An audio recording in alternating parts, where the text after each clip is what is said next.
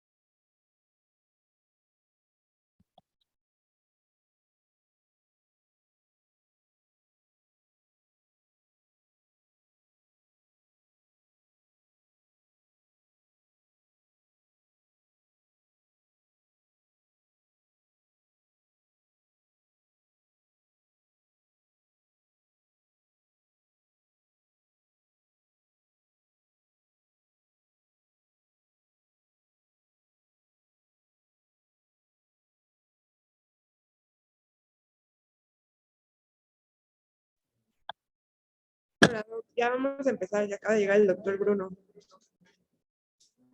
Adelante. Ok, entonces para continuar con el tema de viajes que veíamos ayer, el doctor Bruno me hizo el favor de compartirme estos coprológicos para que los analizáramos. Entonces ya los agregué, doc. Sí, ese coprológico me van a pedir clases de mato. Después empecé a observar frecuentemente que había este reporte. Y pues obviamente pues, me acaban con el solución. Entonces, ¿qué opina? ¿Puede dar opinión respecto a eso?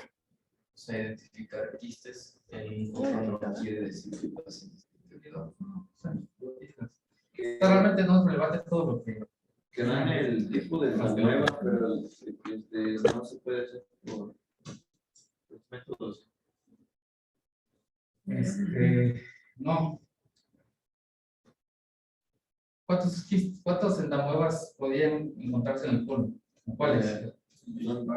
Disparia, histolítica. ¿Cuáles? ¿Cuál otra?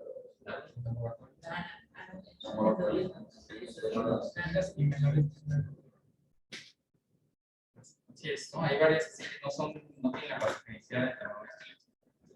Entonces, cuando uno hace un coprológico, lo que uno va a ver son quistes y en algunas ocasiones trofozoitos. Ni el quiste ni el trofozoito nos ayuda a diferenciar entre estas especies no patogénicas de entamoeba estolítica. Solo hay una característica. Ahora bien, entonces aquí, para empezar, estos tienen quistes, ¿no? ¿Qué tratamiento le toca? Si es que quisieran darle algo. Pero si, o sea, ni siquiera sabemos si es realmente entamoeba estolítica, porque ahí le está poniendo yo quistes de entamoeba estolítica en una microscopía de un frotis de esos locales, que realmente es imposible que puedan decir que ponerle especie a la entamoeba. Entonces, desde ahí no sabemos si realmente nos está reportando entamoeba estolítica. Y segundo, es para darle metronidazol en el caso de que aquí tuviera quistes de entamoeba estolítica, ¿sí o no? ¿Con qué? ¿Qué más?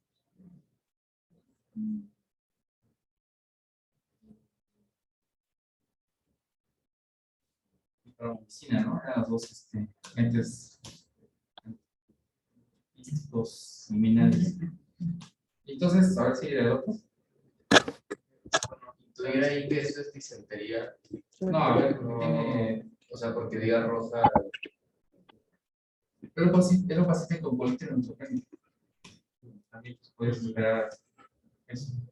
A ver, ¿qué está más interesante todavía?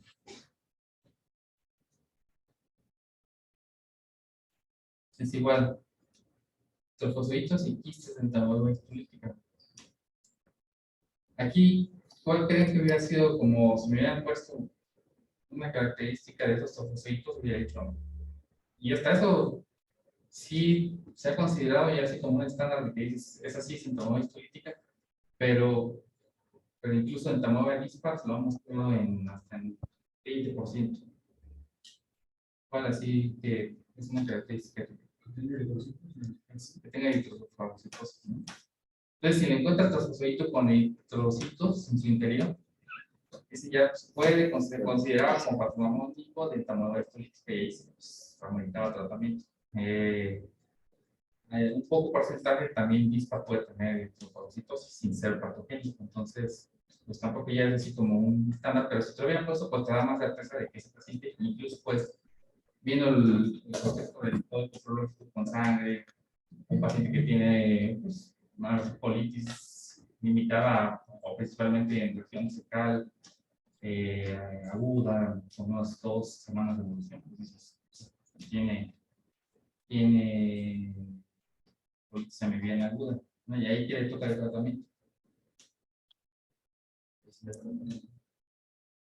Metro porque es colitis y aparte le das un agente luminal, ¿no? Para erradicar el estado de portador de quistes. Pero aún así, a pesar de que puedo ver esto, porque, o sea, esto se lo pidieron a un paciente porque tiene diarrea y tiene distensión abdominal, tiene colitis. La mayoría de eso, lo que he visto son ahí con neutropénicos y que tienen colitis neutropénica. Se ha esperado que encuentres hasta sangre también, que esperado que encuentres dolor abdominal, distensión, y a la colitis neutropénica le gusta afectar mucho la región cecal en la región de la iliocecal. Entonces, pues fácil puedes decir que tiene esto, ¿no? Si te lo están reportando, pero lo que es claro es que el laboratorio no te realmente sabe si es el tamaño histolítica. Está poniendo, porque ni siquiera te pone que el trofosfodito sí tiene heterocitos. Entonces, pues ustedes también cuando van eso, pues pónganlo también con rastreo, ¿no? Porque realmente se están dando unos falsos entomogrados histolíticos. Porque no hacen otra prueba adicional, no es que le midan un antígeno de entomología histolítica en las heces. Lo único que hacen es hacer la microscopía, ¿no?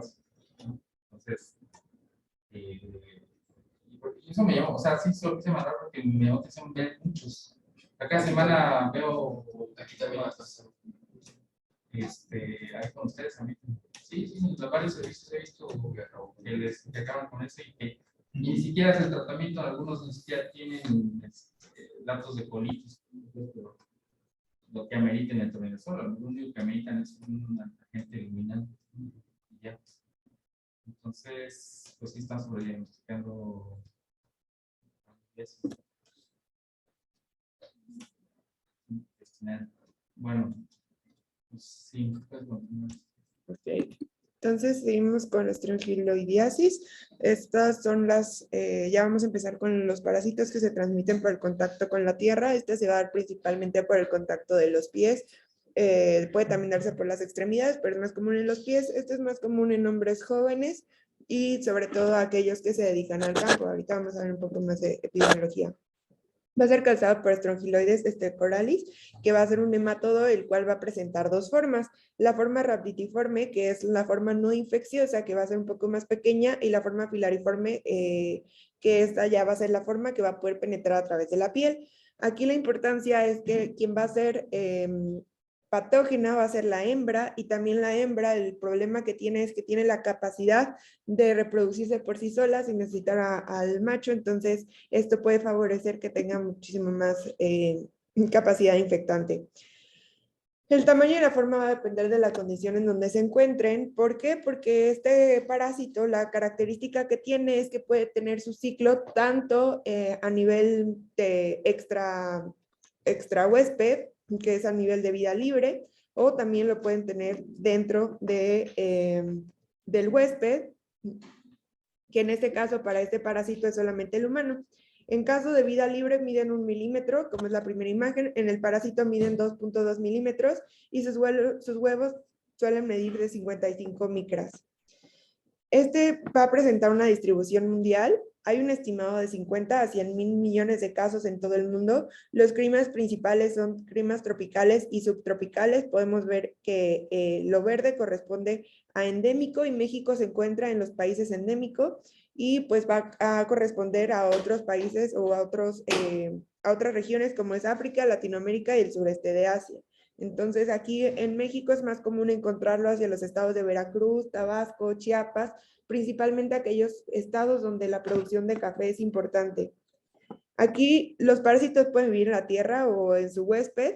Solo las hembras van a tener la capacidad de parasitar, pero también aquí es importante que, aunque el humano es el principal, también va a poder infectar tanto a primates como a perros.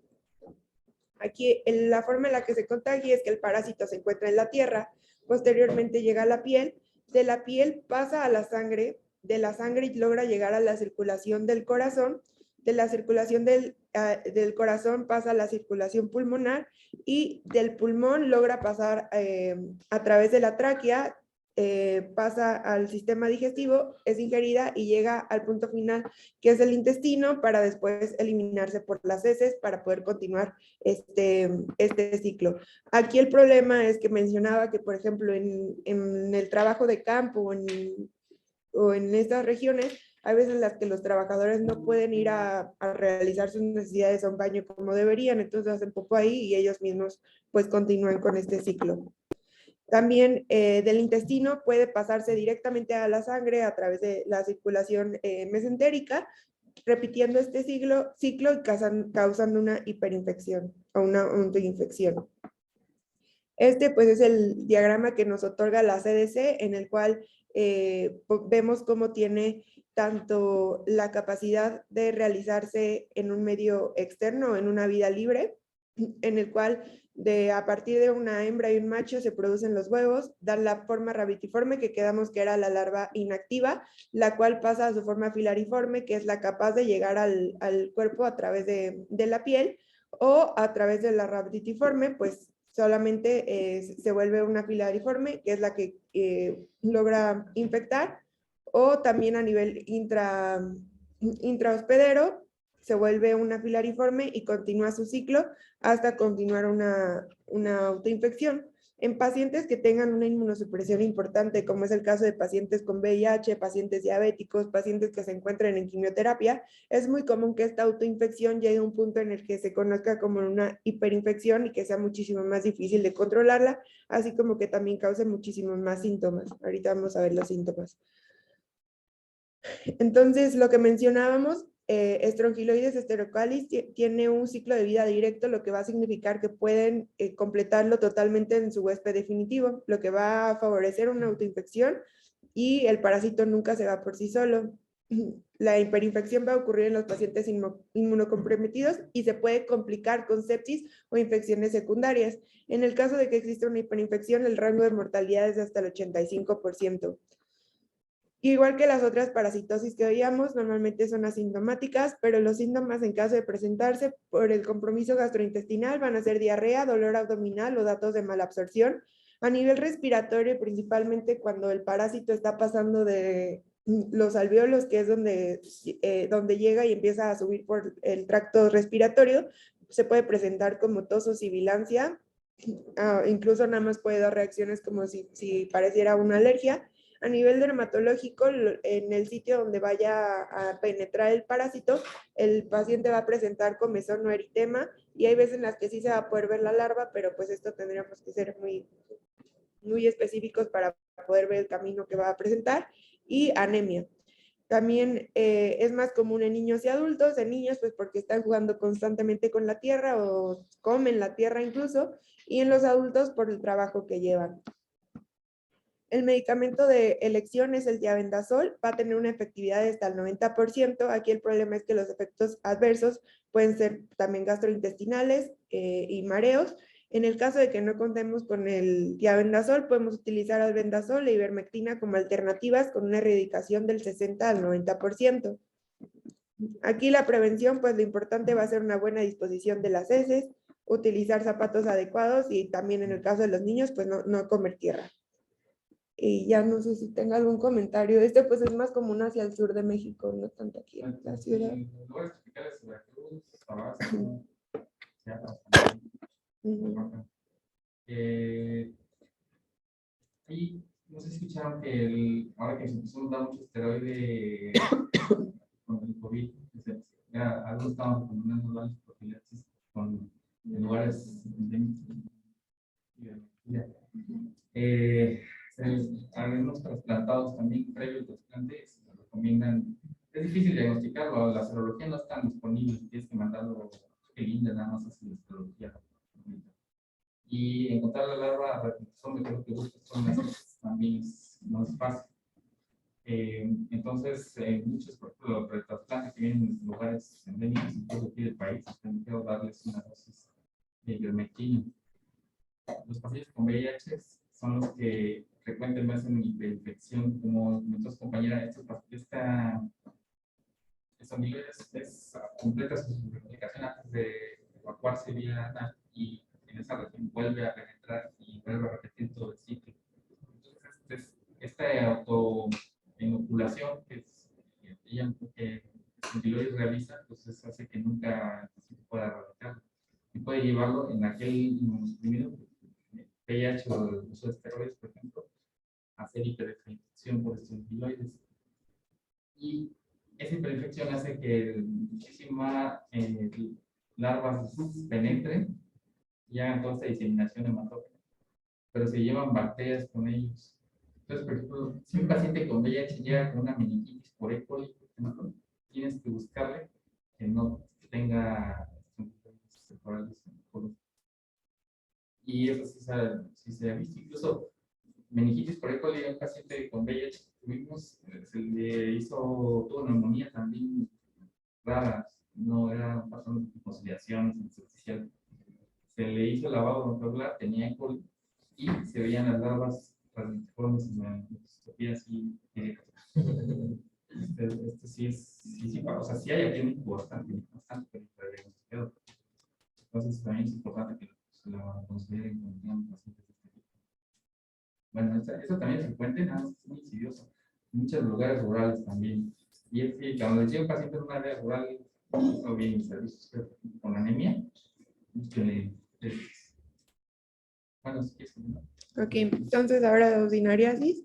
Esta va a ser causada por Necator americanus o Ancylostoma duodenale. También va a ser, aparte de usinariasis, puede ser considerada llamada anquilostomiasis o anemia tropical. Esta va a ser causada por nematodos que se van a encontrar en países en desarrollo, en zonas tropicales o subtropicales, como lo veíamos con estrongiloides, y hay un estimado de 700 millones de personas a nivel mundial infectadas. Aquí, bueno, sobre todo en América, va a ser causado principalmente por Necator americanus y se puede presentar a cualquier grupo de edad. Aquí también es una enfermedad característica de adulto hombre joven, pero la importancia y sobre todo la razón por la que es un problema de salud es porque, como su nombre lo dice, va a causar una anemia y esto puede causar tanto problemas a nivel socioeconómico, a nivel de salud, y en donde es muy importante estar cuidando esto es en caso de niños y embarazadas. Igual que el pasado, las condiciones ideales para el desarrollo del parásito va a ser en aquellos que se encuentren en cultivos de café, que son muy comunes en México, cacao, que también son muy comunes, de caña de azúcar o en el caso de cocoteros.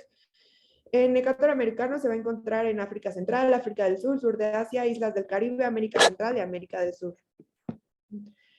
Aquí también la característica que tiene es que estos van a ser gusanos más grandes, son blanquecinos y pueden medir de 0.8 a 1.5 centímetros, entonces se podrá decir que sí es posible su visualización directa, ¿no? Pero pues no su identificación como tal. Aquí la característica es que la hembra es muchísimo más grande que los machos y lo podemos diferenciar porque las hembras van a tener una abertura pulvar hacia la mitad del cuerpo posterior, pero pues obviamente esto es microscópicamente. Los machos, pues por su parte, van a tener un ensanchamiento que corresponde a la bursa copulatriz, la cual ayuda a la reproducción.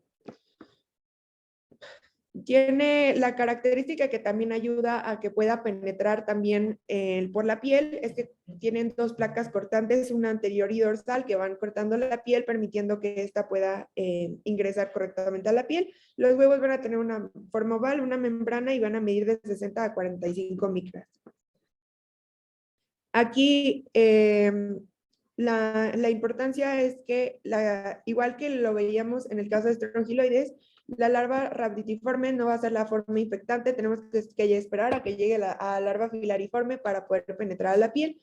Entonces, para empezar, los huevos eclosionan, forman el E1, se mudan de cutícula, que va a formar la larva rhabditiforme.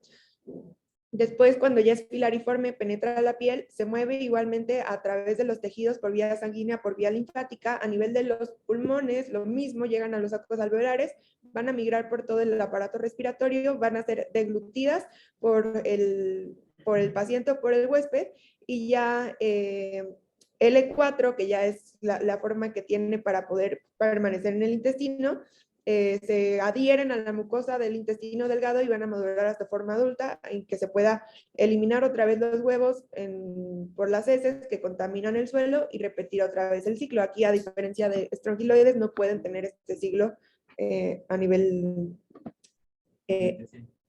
intestinal, no pueden tenerlo en el huésped. Los factores de riesgo ya lo había mencionado: áreas rurales en zonas tropicales o subtropicales, que sean cultivos de cacao, café, plátano, coco y caña, microclimas en minas, factores socioeconómicos que no permitan una higiene correcta, la higiene deficiente, el fecalismo indiscriminado a ras del suelo, como les mencionaba, es muy común verlo en estos sembradíos porque ahí mismo hacen sus necesidades, carencia de un calzado adecuado, y el principal sitio de penetración son las manos y pies. Las manifestaciones clínicas van a depender muchísimo del lugar en donde se encuentra el parásito. A nivel dermatológico, lo primero es que vamos a tener eritema, purito o vesiculación en donde penetre el parásito. También, por el trauma que se hace, puede darnos una infección bacteriana secundaria. A nivel pulmonar, lo que va a destacar va a ser una eosinofilia, lo que nos puede dar un síndrome de Loeffler o una neumonitis eosinofílica. También puede darnos nada más datos de bronquitis como tos. Podemos incluso sospechar que tuvieron una neumonía del paciente por la clínica que nos va a presentar.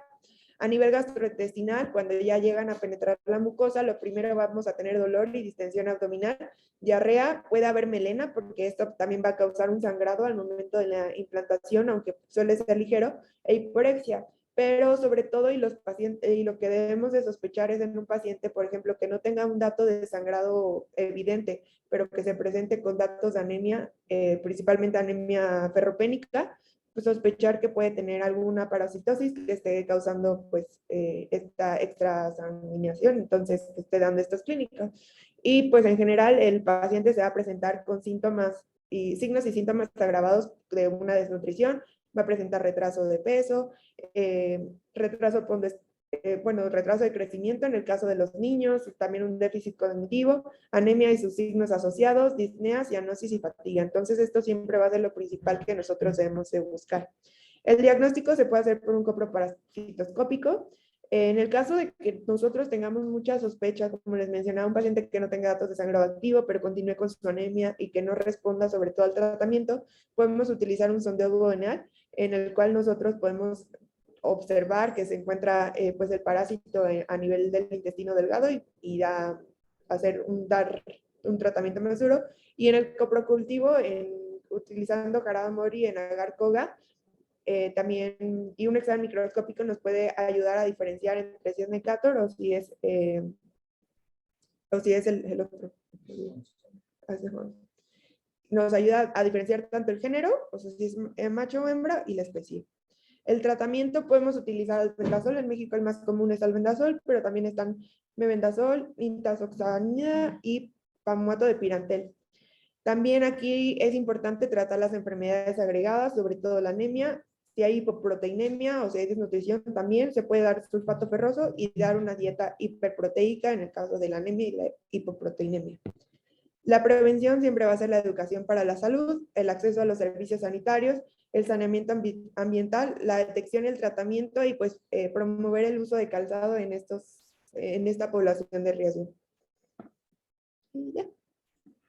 igual, paciente con anemia, estos síndromes superiores idiopáticos, pueden diagnosticar un multiproductivo serie de 3, y aquí también los quistes son muy característicos, y ya con eso hacen diagnóstico. No van a tener especie como tal, pero pues sí pueden detectar angiosarcomas. Aquí en México es más medicado, a pesar de que dije que, digo, perdón, que los tomas o de análisis, aquí más visto, ¿no? En el sur del país. Y sí, sí, es común, también piensan en esos dos últimos, son bastante frecuentes que tienen. Bueno, todo eso.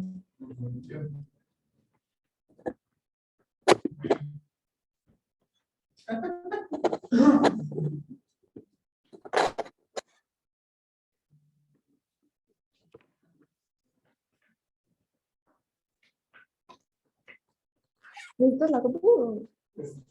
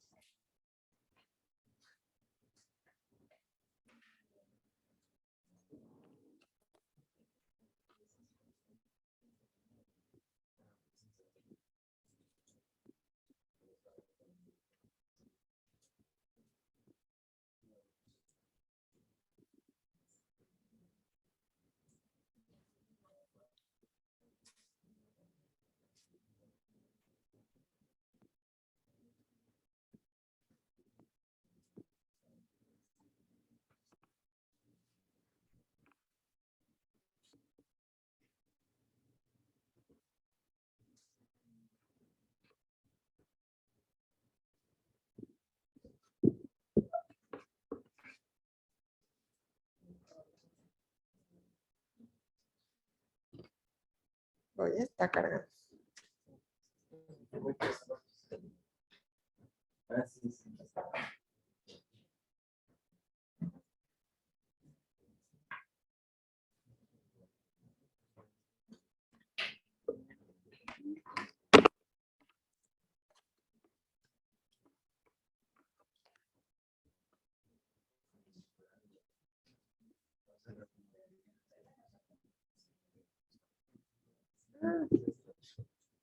¿Qué sucede?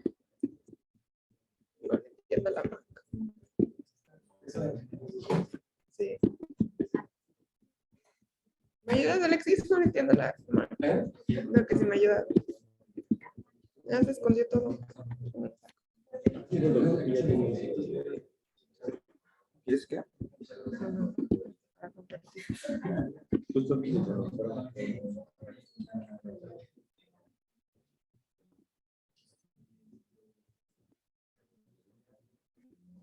Ah,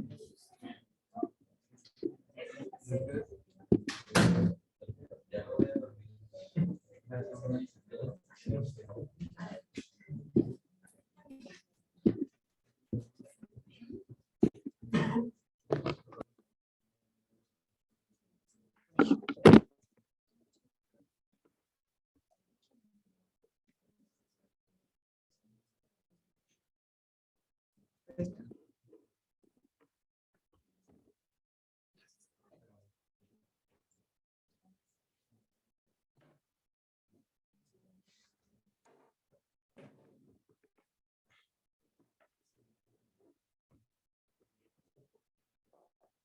Bueno, vamos a continuar ahora con toxoplasmosis.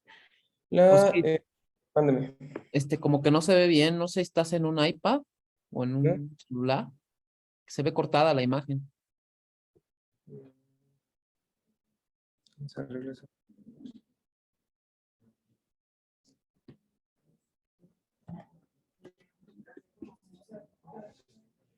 Ándale, ahí está. ¿Quedó? Ya. La toxoplasmosis es una zoonosis generalizada. Está causada por el parásito Toxoplasma gondii. La infección en humanos se va a adquirir principalmente de manera oral y son pocos los pacientes que van a presentar síntomas de infección. Aproximadamente el 90% de los pacientes no van a presentar ningún síntoma. Lo que es muy característico es que la infección va a continuar de por vida sin signos de enfermedad. Si se presenta durante el embarazo o en periodos de inmunosupresión severa, puede resultar en manifestaciones clínicas. Las más importantes son oftálmicas y neurológicas. El diagnóstico va a requerir diferentes técnicas de diagnóstico, y el tratamiento se debe de ajustar de acuerdo a la presentación que tenga la enfermedad. En los pacientes que son sintomáticos, la mayoría de las veces va a ser a consecuencia de una adquisición intrauterina o por inmunosupresión. Se estima que aproximadamente 1/3 de la población mundial está infectada. Y la seroprevalencia va a variar entre los diferentes países. Los países con mayor tasa son Brasil, países de Centroamérica y África Central, que van a representar del 50 al 80% de la seroprevalencia, y en Europa Central y en el sur de Europa en aproximadamente del 30 al 50%. Esta enfermedad es muy característica de zonas húmedas y con climas tropicales, y con países que tienen bajo estatus socioeconómico. En México, el último estudio que encontré fue del 2017. La prevalencia es de alrededor del 40%, sobre todo en algunas zonas de la costa del Golfo. Y hay zonas con con prevalencia hasta el 70%, sobre todo en zonas de Yucatán. En la Ciudad de México se estima que cada 2 de 2,000 recién nacidos vivos van a presentar toxoplasmosis congénita. Y si esta estadística fuera similar, porque no se tiene en todos los estados de la República, se considera que al año nacen alrededor de 4,000 niños infectados. La mayoría son subclínicos, pero tienen alta probabilidad de desarrollar secuelas. En México no existe un programa de control de parasitosis, ya que no existen estudios sobre factores de riesgo en distintas regiones. Es decir, dependiendo de la región, no se conoce si la fuente de infección es agua contaminada o alimentos contaminados.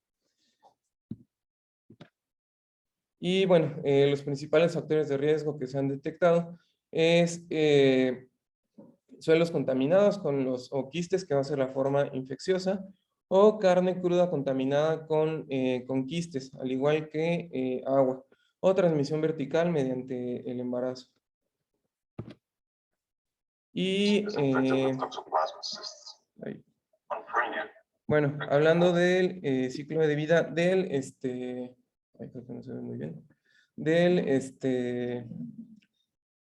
parásito. El principal hospedero va a ser el gato, el cual va a consumir cualquier alimento que esté infectado mediante un quiste. Este quiste va a viajar a través del aparato digestivo del gato, y dentro del aparato digestivo del gato va a causar su destrucción. Este quiste adentro trae bradizoitos, que va a ser la forma que va a infectar a los gatos. Este quiste va a tener múltiples, ahorita les voy a explicar la forma en que se forma este quiste, pero al entrar en contacto con el sistema digestivo se va a destruir y va a liberar estos bradizoitos. Los bradizoitos van a viajar hasta la porción terminal del intestino delgado, sobre todo, bueno, en el ilion, y bueno, ahí está viajando.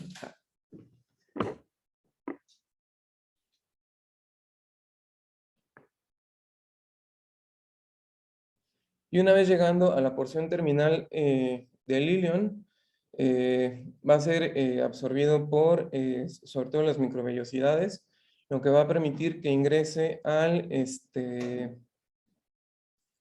la célula epitelial del intestino.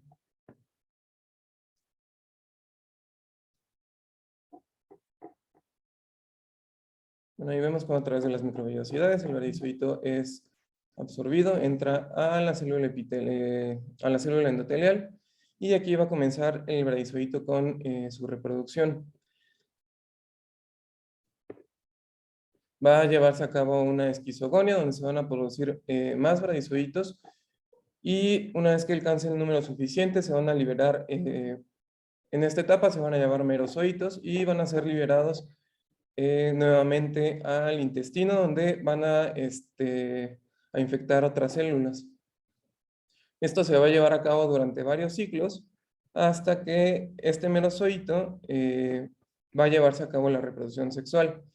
Va a haber una microgametogénesis y una macrogametogénesis. La microgametogénesis va a ser la porción masculina del parásito y va a formar estas células que van a tener unos flagelos. Esta va a ser la porción masculina.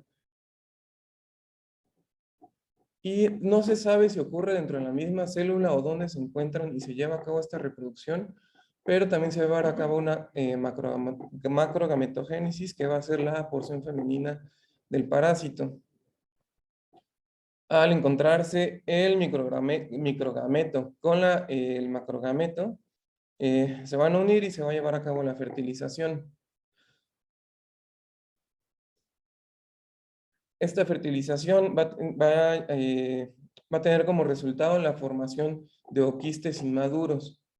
Estos oquistes inmaduros van a ser liberados en el tracto intestinal del gato, el cual va a viajar a través de la materia fecal.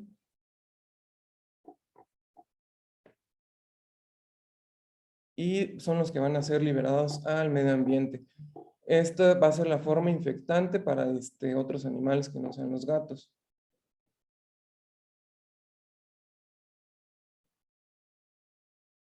Y bueno, va a haber una contaminación del suelo y esto puede llegar a contaminar ya sea alimentos o mantos acuíferos.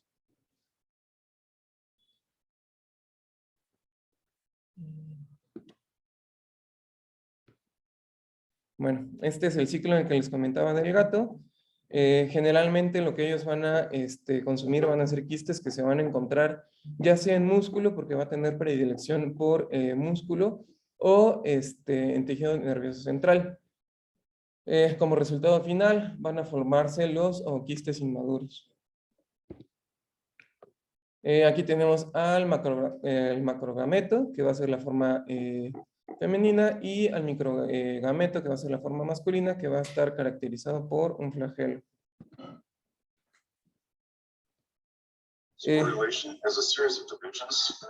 Una vez que se liberan los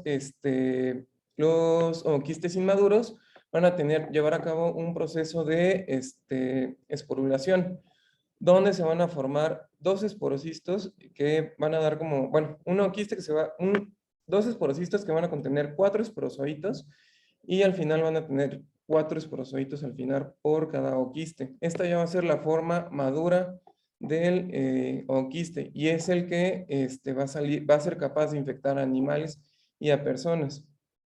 Este oquiste maduro es capaz de resistir altas temperaturas y diferentes cambios de temperatura, de diferentes cambios de temperatura y agresiones del medio ambiente, por lo que va a lograr sobrevivir y pues ser ingerido. Una de las principales fuentes de contaminación pues, es el agua contaminada. Como les mencionaba, este oquiste maduro va a ser altamente resistente a cambios de temperatura. Y pues bueno, al ser ingerido, por ejemplo, el ser humano por agua,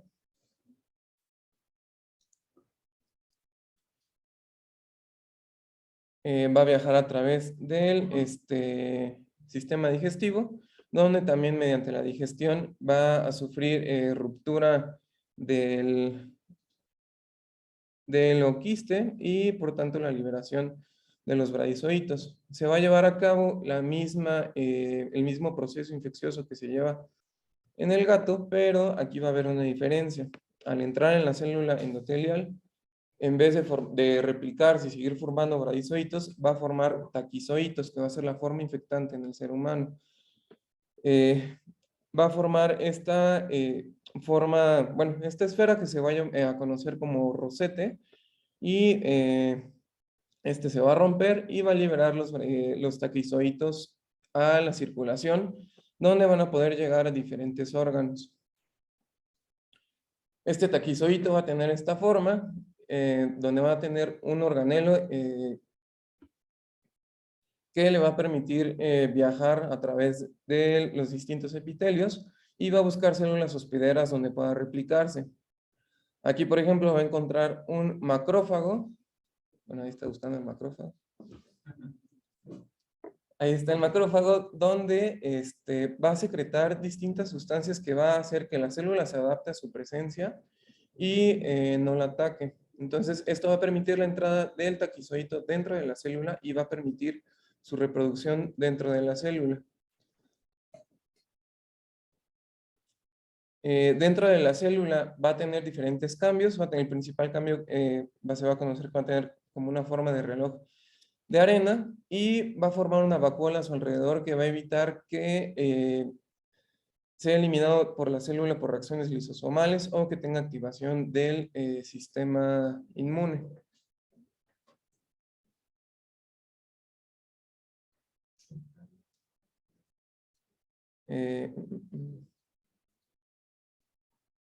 Una vez dentro de la célula, este taquizoído se va a empezar a reproducir, va a formar una red tubular que lo va a permitir anclarse a la célula y bueno, aquí vemos cómo se empieza a dividir.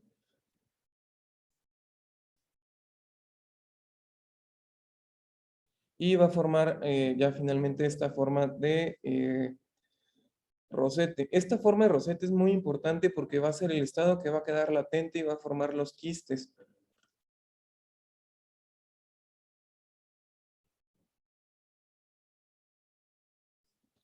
Una vez que logra su división completa, esta esfera se va a romper, liberando más taquizoídos a la circulación y con esto perpetuando su reproducción.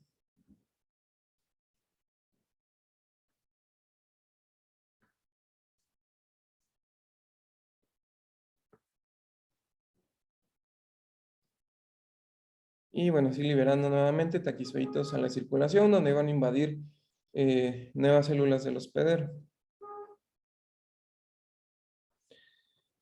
Cuando viaja por la circulación, los taquizoídos tienen predilección, bueno, tienen trofismo por células musculares, sobre todo el corazón, y por sistema nervioso central. Una vez que el parásito detecta que hay respuesta inmune, se va a quedar en esta forma de esfera, que va a ser una forma ya crónica que puede ser infectante posterior a la ingesta. Si hay ingesta, por ejemplo, de carne que esté contaminada. Entonces es común encontrar en pacientes que ya tienen infección crónica, encontrar estas formas de las rosetas que van a formar, que se van a convertir nuevamente a bradizoitos, se van a seguir multiplicando y van a formar, va a formar una pared que va a formar el quiste. Y esta va a ser la forma infectante que puede consumir, por ejemplo, el gato.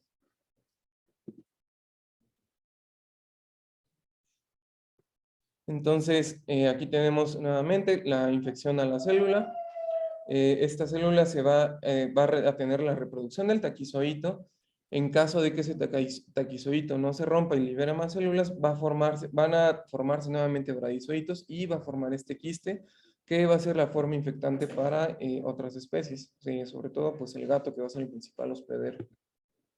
Aquí tenemos las tres formas infectantes, que va a ser el taquizoído, el bradizoído y el esporozoíto. Y bueno, ya conociendo las principales el ciclo de vida del parásito, vamos a tener varias formas de presentación. La toxoplasmosis congénita, la cual la mayoría va a ser asintomática, sin embargo va a depender del momento del embarazo en el que se adquiera el riesgo de contagio. El 15% va a ser en el primer trimestre, el 44% en el segundo trimestre y el 71% en el tercer trimestre.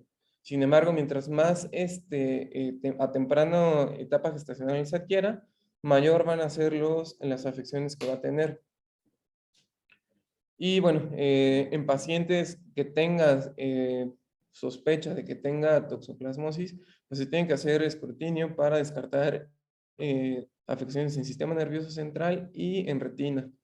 En los recién nacidos lo que podemos encontrar es coriorretinitis, en calcificaciones intracraneales y convulsiones. Otros hallazgos van a ser hepatosplenomegalia, ictericia, anemia y trombocitopenia. La triada clásica en recién nacidos va a ser hidrocefalia, con calcificaciones intracraneales y coriorretinitis, pero esto nos va a hablar de un mal pronóstico para el recién nacido.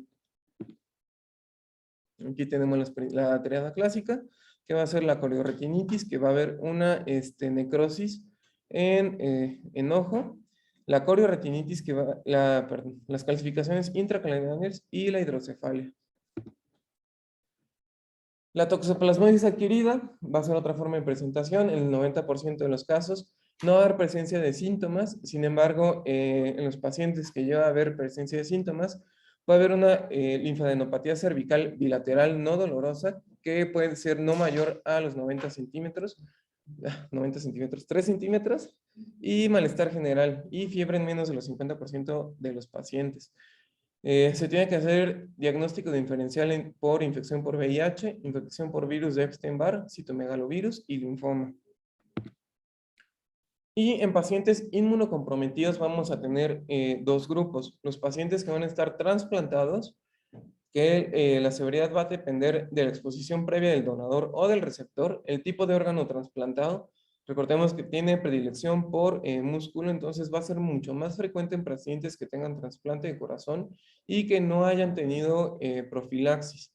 Y se va a presentar dentro de los 3 primeros meses posteriores al trasplante, teniendo como afecciones variadas como miocarditis, encefalitis y neumonitis. En pacientes con VIH, la presentación va a ser usual cuando haya niveles de CD4 entre 50 a 100 células. Va a tener un inicio subagudo, va a iniciar típicamente con cefalea, puede presentar déficit neurológico, fiebre y crisis convulsivas. El diagnóstico se va a basar principalmente en un síndrome clínico, en las lesiones por imagen de cráneo, y se tiene que sospechar cuando los CD4 sean menores a 100, y se tienen que dar ya profilaxis cuando los CD4 sean menores a 100, y se tengan títulos positivos de IgG. En los estudios de imagen vamos a ver en tomografía de cráneo estas imágenes que van a estar rodeadas de un halo intenso, que van a ser múltiples y bilaterales. En ojo podemos ver esta lesión en fondo de ojo de necrosis. Y bueno, estas van a ser las principales lesiones que va a causar en ojo, principalmente necrosis e inflamación del vítreo.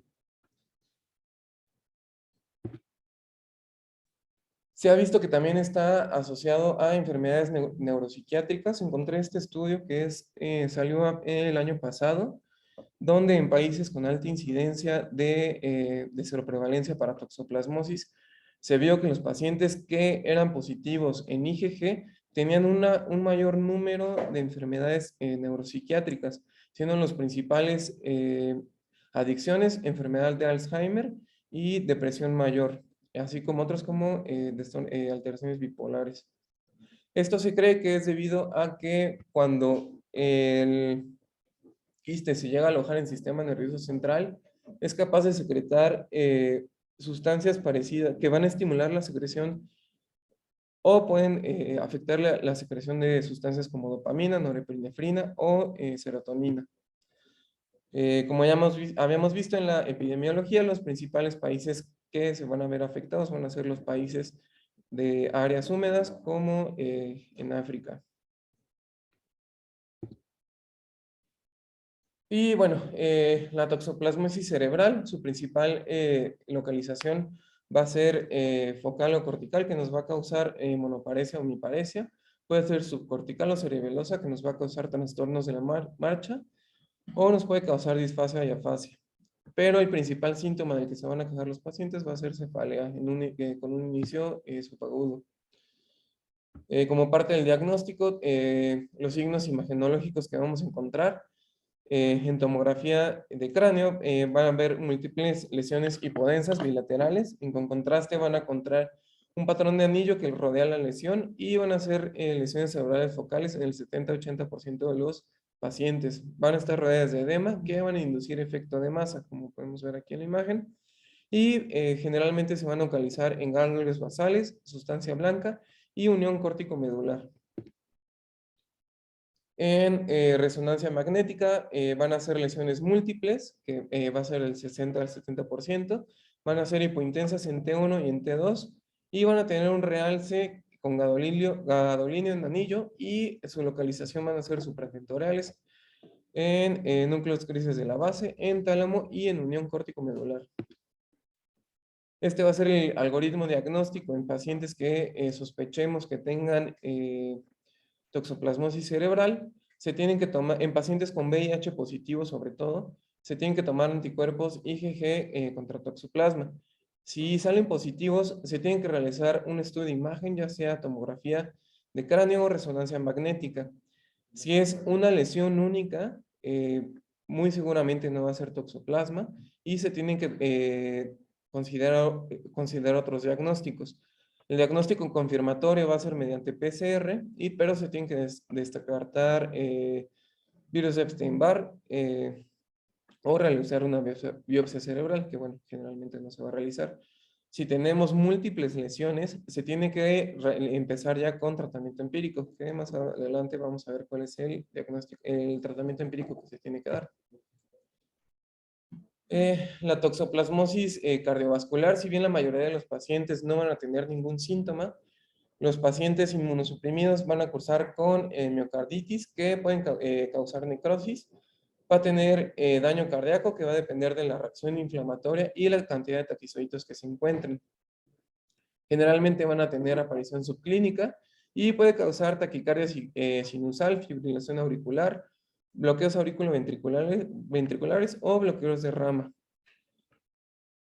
Y como desenlace final, pues pueden cursar con insuficiencia cardíaca congestiva. En los pacientes que tienen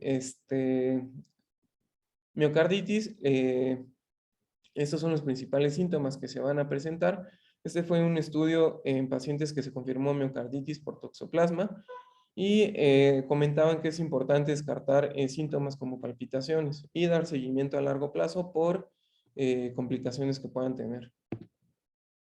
Este va a ser el algoritmo diagnóstico para pacientes con toxoplasmosis cardiovascular, donde los principales síntomas que tenemos que descartar va a ser disnea, dolor de pecho y palpitaciones. Tenemos que buscar que haya inmunocompromiso y buscar que haya alteraciones por marcadores cardíacos, electrocardiograma o algún ecocardiograma para ver si hay alguna lesión estructural. Y bueno, en toxoplasmosis en el embarazo vamos a tener dos manejos. Sobre todo se va a realizar screening en pacientes que sean de alto riesgo o que encontremos que tengan alguna linfadenopatía. Se va a ver, va a tener dos manejos, principalmente cuando sea a menores de 14 años con espiramicina y cuando sea mayor a 14 años, 14 semanas, y cuando sea mayor o igual a 14 semanas con pirimetamina y sulfadiacina, acompañado de ácido folínico. Cuando tengamos una PCR, bueno, cuando tengamos una paciente femenino que tengamos el diagnóstico, se tiene que hacer una amniocentesis a las 18 semanas para realizar PCR al líquido amniótico. Si la PCR resulta positiva, se debe cambiar el tratamiento de espiramicina a piramitacina sulfadiacina con ácido folínico y se tiene que realizar el monitoreo fetal mediante ultrasonido. Sin embargo, hay en algunos países donde si a las 8 semanas se detecta que la madre es positiva o a las 22 semanas que el feto, que el producto que salga positivo, pues se le plantea a la madre si desea continuar con el embarazo o si desea suspenderlo por las lesiones que puede llegar a tener el bebé. Y bueno, en general las pruebas diagnósticas que se tienen para toxoplasmosis se va a realizar de manera indirecta mediante la medición de IgG e IgM. Los valores de IgM se van a encontrar elevados principalmente dentro de la primera semana, teniendo su pico en la segunda semana, y pueden permanecer elevados hasta por un año. Los niveles de IgG se elevan principalmente después de la segunda semana de la infección primaria y van a persistir elevados de por vida. En caso de contar con niveles elevados de IgG e IgM, se deben realizar test confirmatorios como el ELISA, avidez de IgG, que nos va a permitir ver si el IgG fue adquirido de nuevo o ya fue de manera crónica, y pruebas de aglutinación. En pacientes femeninas, en pacientes embarazadas donde se tenga la sospecha de infección, se deben de tomar 2 muestras separadas por 2 semanas, demostrando la seroconversión de IgG o IgM. Y en caso de que se encuentren anormalidades en el feto, ya sean calcificaciones intracraneales, se debe realizar mediante ultrasonido, se deben realizar pruebas confirmatorias como PCR en el líquido amniótico. La prueba diagnóstica más sensible va a ser el PCR en tejido o líquidos corporales, bueno, la más específica, pero sin embargo esta no se realiza porque, como les había platicado, tiene predilección por tejido nervioso o por tejido muscular.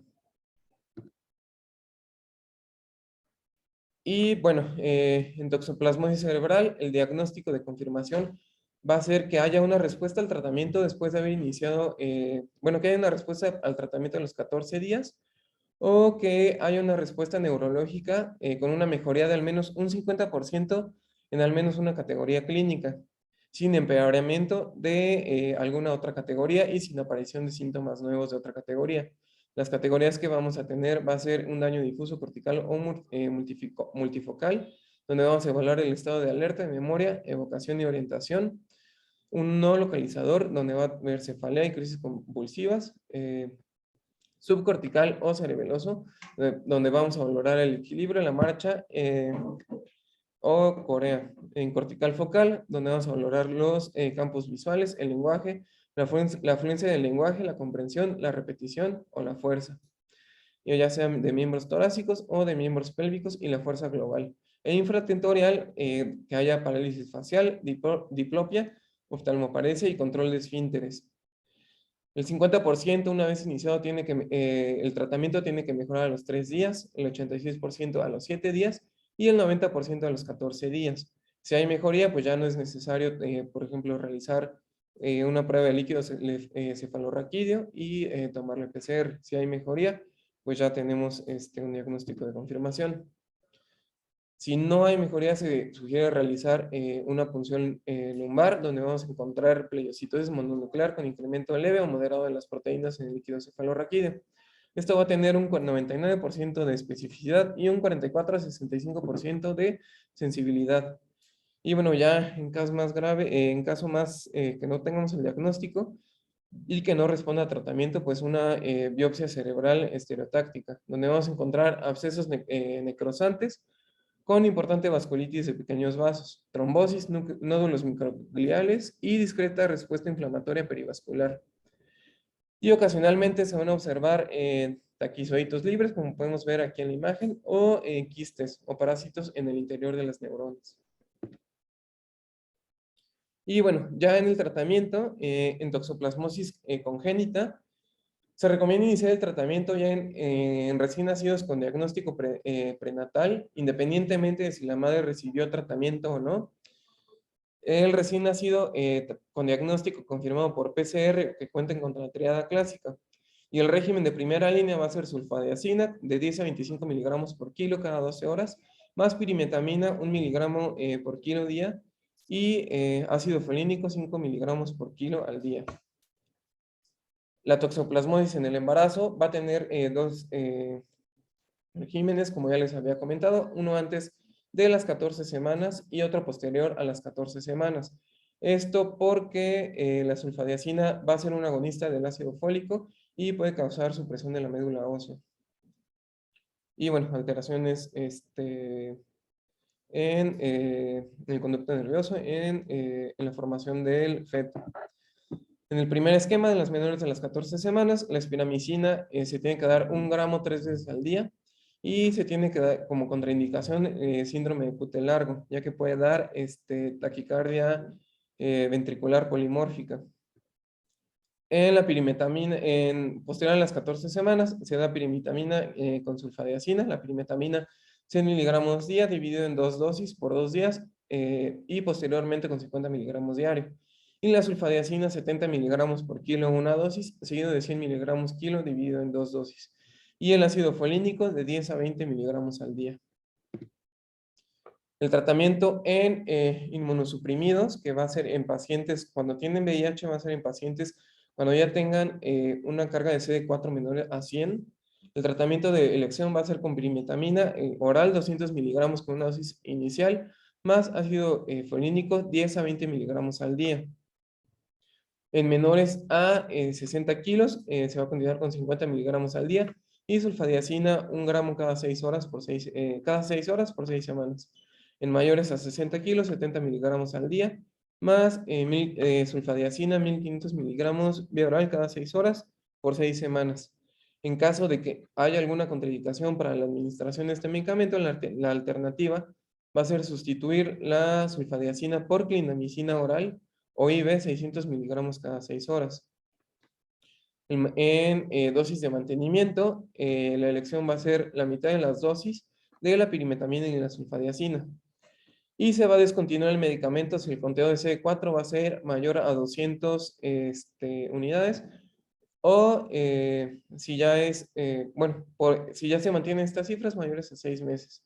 Si es asintomático o si la resonancia magnética es normal. Y la alternativa va a ser el trimethoprim sulfamethoxazol, 2 tabletas al día o 960 miligramos al día.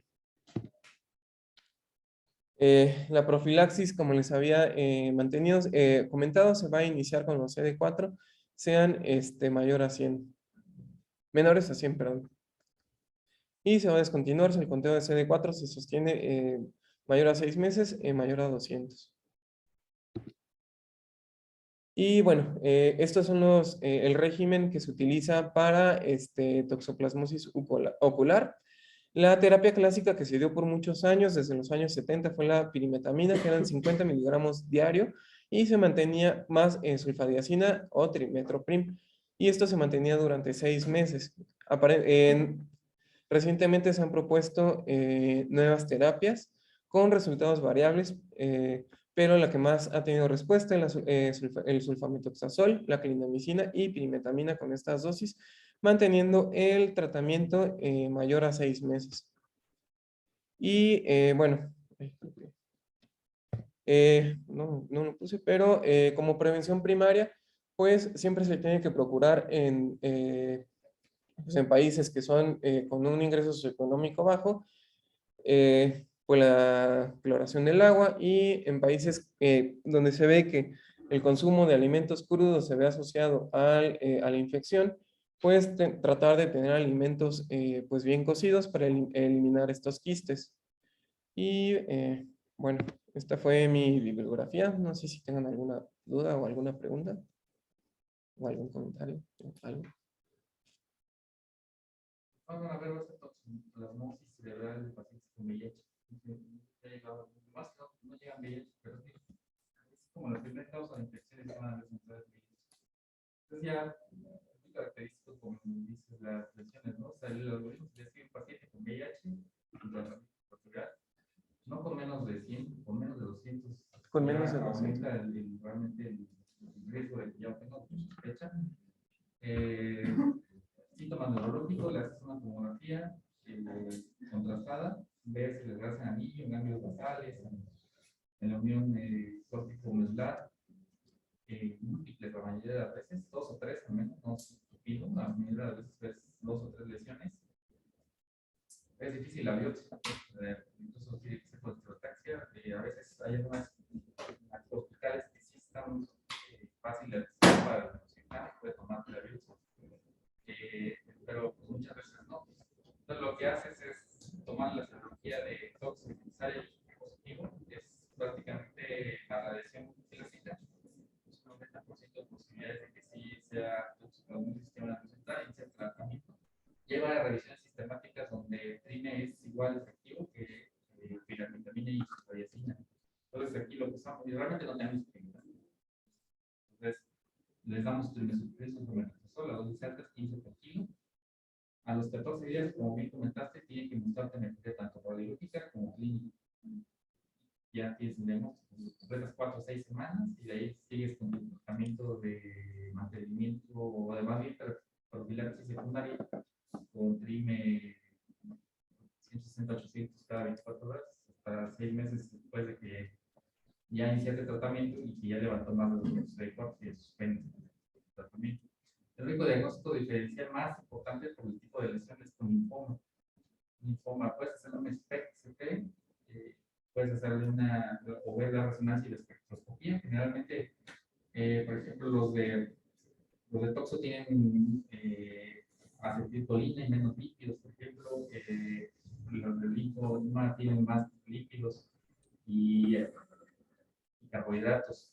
Y en el PET, si le practicamos PET, es una placa un PET, que va a captar con mucho más SV, es el linfoma, y el toxo casi no capta. Entonces ya, si te capta, le haces una punción lumbar, le haces una carga viral de Epstein-Barr, si sale Epstein-Barr positivo, ya tienes diagnóstico de linfoma. Entonces, puedes hacerlo rápido sin necesidad de biopsia para hacer la distinción entre ambas. Pero, de entrada, o sea, lo que esperas, estos estudios, si llega pacientes síntomas neurológicos, TAC o rezo con este tipo de grasas en anillo, en las repeticiones que ya comentamos, inicia stream. Y ya haces una serología de tóxico IgG positivo, inicia stream. Y ya les da. Bien, pues nada más, algo más. En pacientes embarazadas, si les dan tratamiento, ¿se pueden evitar las secuelas para la secuela completa? Eso es variable. La mayoría de las veces tienes que todos hacer los test al feto para ver que no. Y cuando es igual que todos, cuando es temprano el tratamiento, puede ser que prevenga más malformaciones. Pero por ejemplo, a veces no tienen la entrada clásica que comentaste. Entonces, se ven solamente alguna micropatía, retrasos, como todo. Y no es tan evidente realmente de que si tuviste, o sea, más bien tienes que hacer todos los test al recién nacido cuando nace porque tienes que darle tratamiento, tienes que verificar si tienes que darle tratamiento y porque aunque no, a veces no encuentras la tarea clásica, pero sí tienen cosas tan sutiles como retraso psicomotor, por ejemplo. Entonces, sí, realmente, o sea, si puedes prevenir al 100%, no tienes que seguir haciendo un recién nacido para a ver si merita tratamiento también. Pero, pues, como muchas de estas enfermedades, las primeras semanas de tratamiento, pues, se evitan más secuelas. Y por ejemplo, o sea, es que ayer estaba leyendo que en Yucatán hasta el 40% son... Pero positivo. Ujú.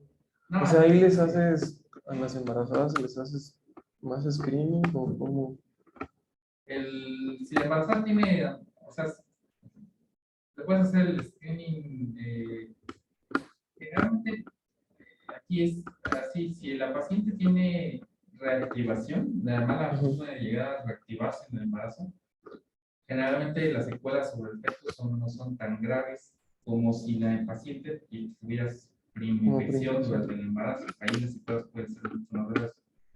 Pero realmente no hay como una, o sea, si te salen positivas, nada, vas a vigilarla nada más y saber que esa paciente puede riesgo de reactivación.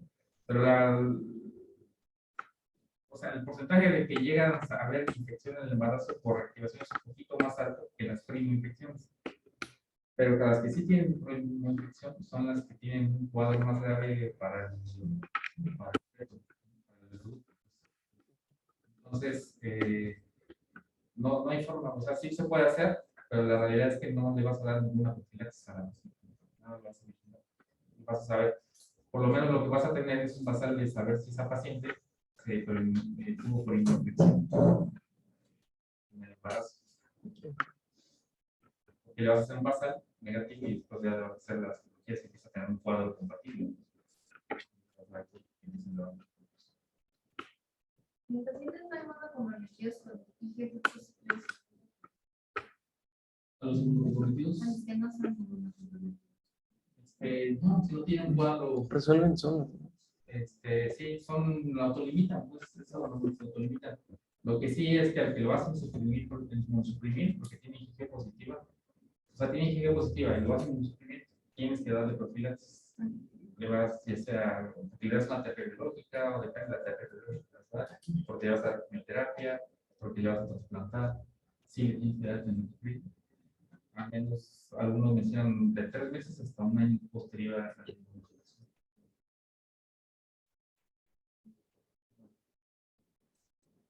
¿Algo más? Bueno, mañana te toca.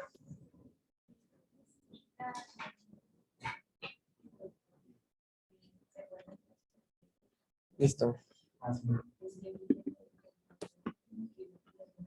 Gracias.